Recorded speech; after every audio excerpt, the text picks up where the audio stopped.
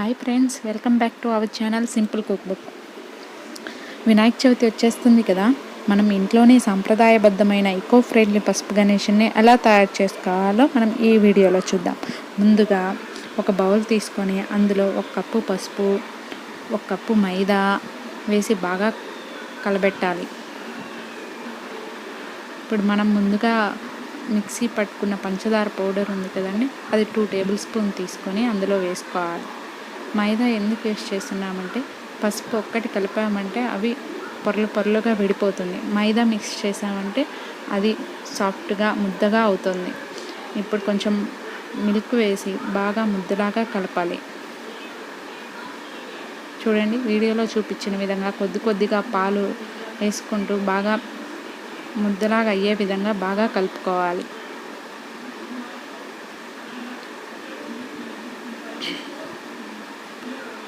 చూడండి, బాగా సాఫ్ట్గా వచ్చి ముద్ద అయిపోయింది. ఇప్పుడు మనం ఒక 15 మినిట్స్ మూత పెట్టి పక్కన పెట్టుకోవాలి. 15 మినిట్స్ అయిపోయిన తర్వాత మూత తీసి మళ్ళీ ఒకసారి బాగా కలిపి సాఫ్ట్గా కలిపి కొద్దిగా తీసుకొని ఉండలు చేసుకోవాలి.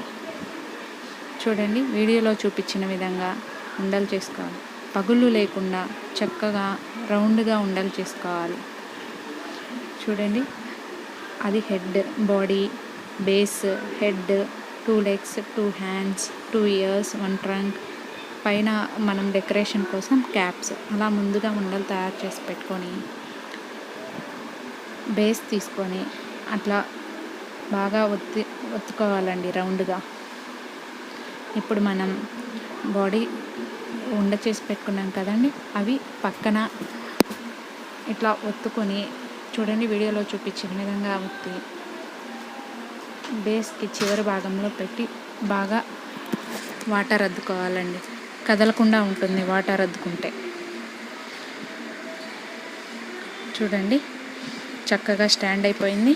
ఇప్పుడు మనం 2 legs, 2 hands ప్రిపేర్ చేసుకుందాం. చూడండి, అట్లా కోన్ షేప్లో చక్కగా 2 hands రెడీ చేసి పెట్టుకోవాలి. 2 legs రెడీ చేసి పెట్టుకోవాలి. చూడండి, హ్యాండ్స్ వి షేప్ ఆకారంలో ఇలా వీడియోలో చూపించిన విధంగా వంచాలి. ఇప్పుడు మనం లెగ్స్ని బొటన వేలుతో ఒత్తి పక్కన పెట్టుకోవాలండి. ఇప్పుడు మనం ఆ 2 legsని బాడీకి అటాచ్ చేద్దాం. చూడండి, వీడియోలో చూపించిన విధంగా చక్కగా అటాచ్ అయిపోయాయి. అవి కదలకుండా వాటర్ అద్దుతూ ఉండాలండి. వాటర్ అద్దేస్తే కదలకుండా ఉంటాయి. మనం ఎలా పెడితే అలా ఉండిపోతాయి.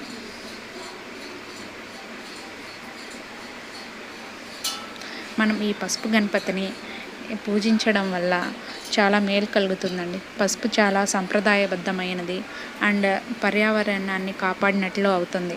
ఇంకొకటండి, ఇప్పుడు కరోనా ఉన్న సమయంలో మనం బయటికి కూడా వెళ్ళలేని పొజిషన్లో ఉన్నాం. సో మనం ఇంట్లోనే ఇలా చాలా అందంగా పసుపు గణపతిని తయారు చేసుకుంటే చాలా బాగుంటుందండి.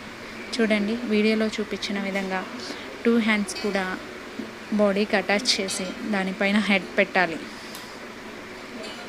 హెడ్ కదలకుండా చక్కగా వాటర్తో అటాచ్ చేయాలి.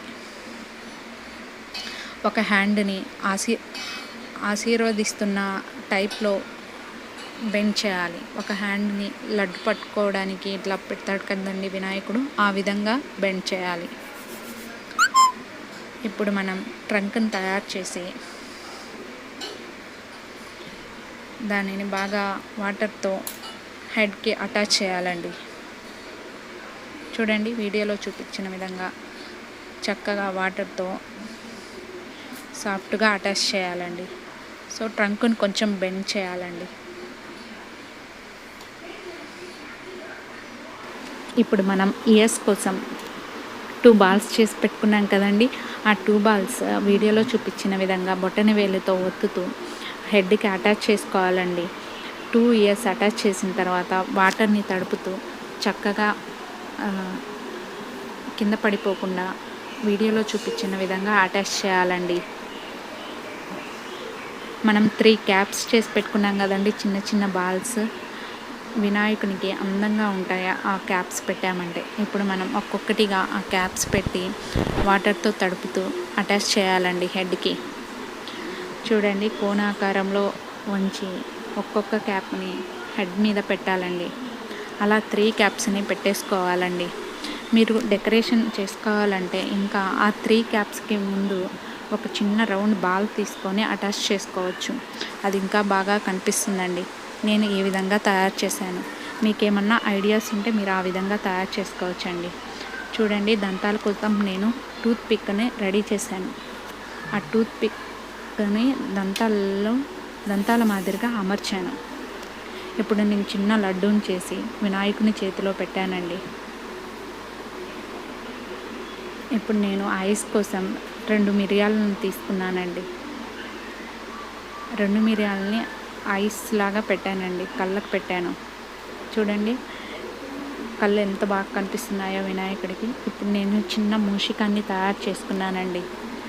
ఆ మూషికానికి కూడా కళ్ళు మిరియాలు తీసుకొని కళ్ళలాగా అమర్చానండి. చూడండి, వీడియోలో చూపించిన విధంగా అలా మూషికానికి కూడా కళ్ళు అమర్చాను.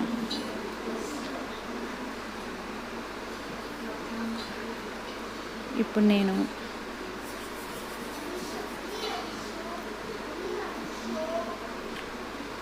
మూషికానికి కూడా ఒక లడ్డులాగా చేసి దాని ముందు అమర్చానండి.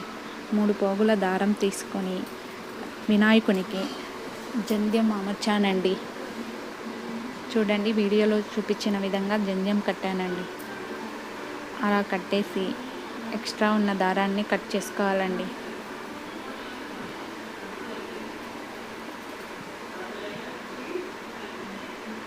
చాలా అందంగా కనిపిస్తున్నాడండి వినాయకుడు పసుపుతో.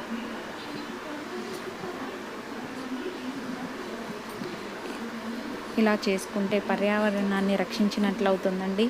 అండ్ మనం ఇంట్లోనే నిమజ్జనం కూడా చేసుకోవచ్చండి వినాయక చవితి రోజు. ఇప్పుడు నా దగ్గర ఇంకా చాలా పిండి ఉందండి. సో నేను డెకరేషన్ చేస్తున్నాను. బేస్ లాగా ఒకటి పెట్టి దానిపైన లడ్డూల్లాగా అమరుస్తున్నానండి. చూడండి, వీడియోలో చూపించిన విధంగా లడ్డూల్లాగా అమర్చానండి. ఇప్పుడు నేను వినాయకుడి నుదుటి మీద టూత్ పిక్తో కానీ దేంతో కానీ అట్లా నామాలలాగా పెట్టానండి.